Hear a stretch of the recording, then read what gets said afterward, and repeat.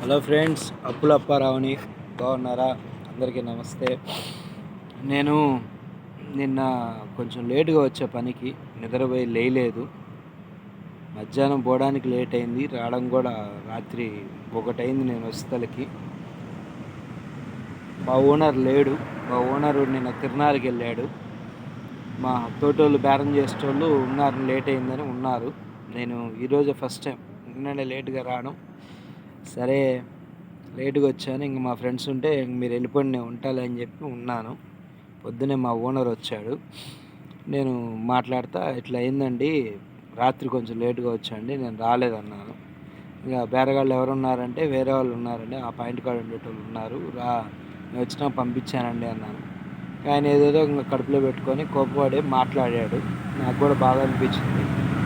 సైలెంట్గా నేను తలదించుకుని వెళ్ళిపోయాను. పొరపాటు మందేగా నిద్ర లేచి రాకపోవడం అని. నిద్ర పోవడం ఎందుకల్లా అంటే, ఇప్పుడు నేను ఖచ్చితంగా నిద్రపోవాలి. నిద్రపోలేదంటే ఇక్కడంతా అన్ని పుచ్చకాయలు ఉన్నాయి. ఇప్పుడు ఆవులు వచ్చినాయి, తొక్కేస్తాయి. డబ్బులు కట్టమని నన్నే అంటారు. నేను నిద్రపోతుంటే ఎవరైనా కాయలు తీసుకెళ్ళిపోతారు. ఇక్కడ బైకుల మీద వస్తా, కాయలు తీసుకుని వెళ్తారు. ఇక్కడ ఇంతకుముందు ఒకసారి నా ఫోన్ కూడా లాక్కెళ్ళిపోయారు చేతిలో నుంచి. అందువల్ల నేను నిద్ర ఇంపార్టెంట్. నిద్రపోవాల్సిందే. వాచ్మెన్ అంటే నిద్రపోవాల్సిందే ఖచ్చితంగా. 2 సంవత్సరాల నుంచి పనిచేస్తున్నా. ఈ ఒక్కసారే నిద్రపోయి లేటుగా లేచి రావడం నాకు జరిగినది. ఆయన అది కూడా మనసులో పెట్టుకోలేదు. కొంచెం ర్యాష్గా మాట్లాడాడు. అనవసరం అనుకొని కాంగా సైలెంట్గా ఉన్నాను. మధ్యాహ్నం దాకా ఉన్నాను. జీతం ఇస్తాడేమో అని ఇయ్యలేదు, వెళ్ళిపోయాడు. వెళ్ళిపోయే తలకి నేను కూడా వెళ్ళిపోయి అన్నం తిని పనుకున్నా. నా భార్యకి చెప్పాను, లేపమ్మా, నన్ను పెందరాడ వెళ్ళాలా, గొడవ అయిందాడా అని చెప్పాను. 7:30 కల్లా లేపింది. లేచి మళ్ళీ పనికి వచ్చేసాను. జీతం ఇస్తారేమంటే ఇవ్వకుండా వెళ్ళిపోతున్నాడు. బండి ఎక్కాడు. ఏమండి, నాకు జీతం ఇవ్వలేదండి, ఎట్లా అని అడిగాను. నీకు ఇవ్వాలి, 1 రోజు 2 రోజులు ఇవ్వాలి, ఇస్తాలే అన్నాడు. 1 రోజు 2 రోజులు కాదండి, 3 రోజులు జీతం రావాలా, 16 రోజులు చేస్తే కొంచెమే ఇచ్చారండి, మిగతా డబ్బులు ఇవ్వలేదండి నాకు ఇంకా అన్నాను. నాకు పొద్దున్న సెటిల్ చేయండి అండి, నేను రాను, ఇంకా పనికి రానని చెప్పాను.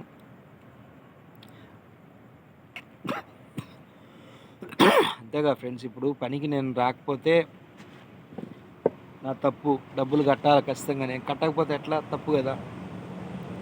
పనికి వచ్చినాక పనుకుంటే ఆవులు తినేస్తే ఆ కాయలన్నీ ఇబ్బంది పడాలా.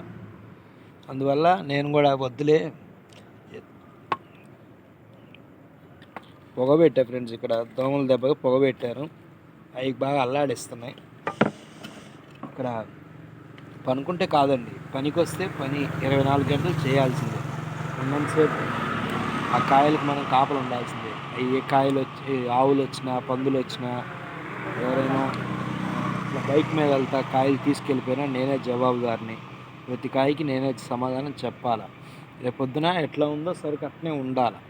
సరికి ఏమన్నా అయితే ఇబ్బంది, మళ్ళీ నాకే ప్రమాదం. అది నన్నే అంటారు మళ్ళీ, ఏమ్మా సరికంత ఎట్లా చేసావు, పనుకోనిక నీకు జీతం ఇస్తుందని అంటారు. అందువల్ల నేను పనుకున్నాను. మొన్న మధ్యాహ్నం పనుకొని ఇంకా లేయిలా, రాత్రి లేట్ అయింది, 1 అయింది. దానికి ఆయన చాలా కోప్పడాడు. రాకపోతే ఏముంది, వేరే వాళ్ళని పెట్టుకుంటారు, అంతేగాని దానికి అంత కోప్పడాల్సిన అవసరం లేదు. సరే, ఆయన ఏదో ఫీల్ అవుతూ మాట్లాడుతున్నాడులే మనసులో పెట్టుకొని నేను కూడా సరేలేండి, రాత్రి చెప్పేశా, రానండి ఇంకా నేనన్నా. ఇంక అయిపోయిందండి. ఎట్లా దేవుని వల్ల బండి అమ్మాయిని ఎనిక్కి వచ్చింది కాబట్టి రేపటి నుంచి ఇంకా ఆటో తోలుకుంటాను. నేను అందరితో షేర్ చేస్తున్నానని చెప్పాను. అప్పులంతా నా స్నేహితులు. అందరికీ నమస్తే, బాయ్, గుడ్ నైట్.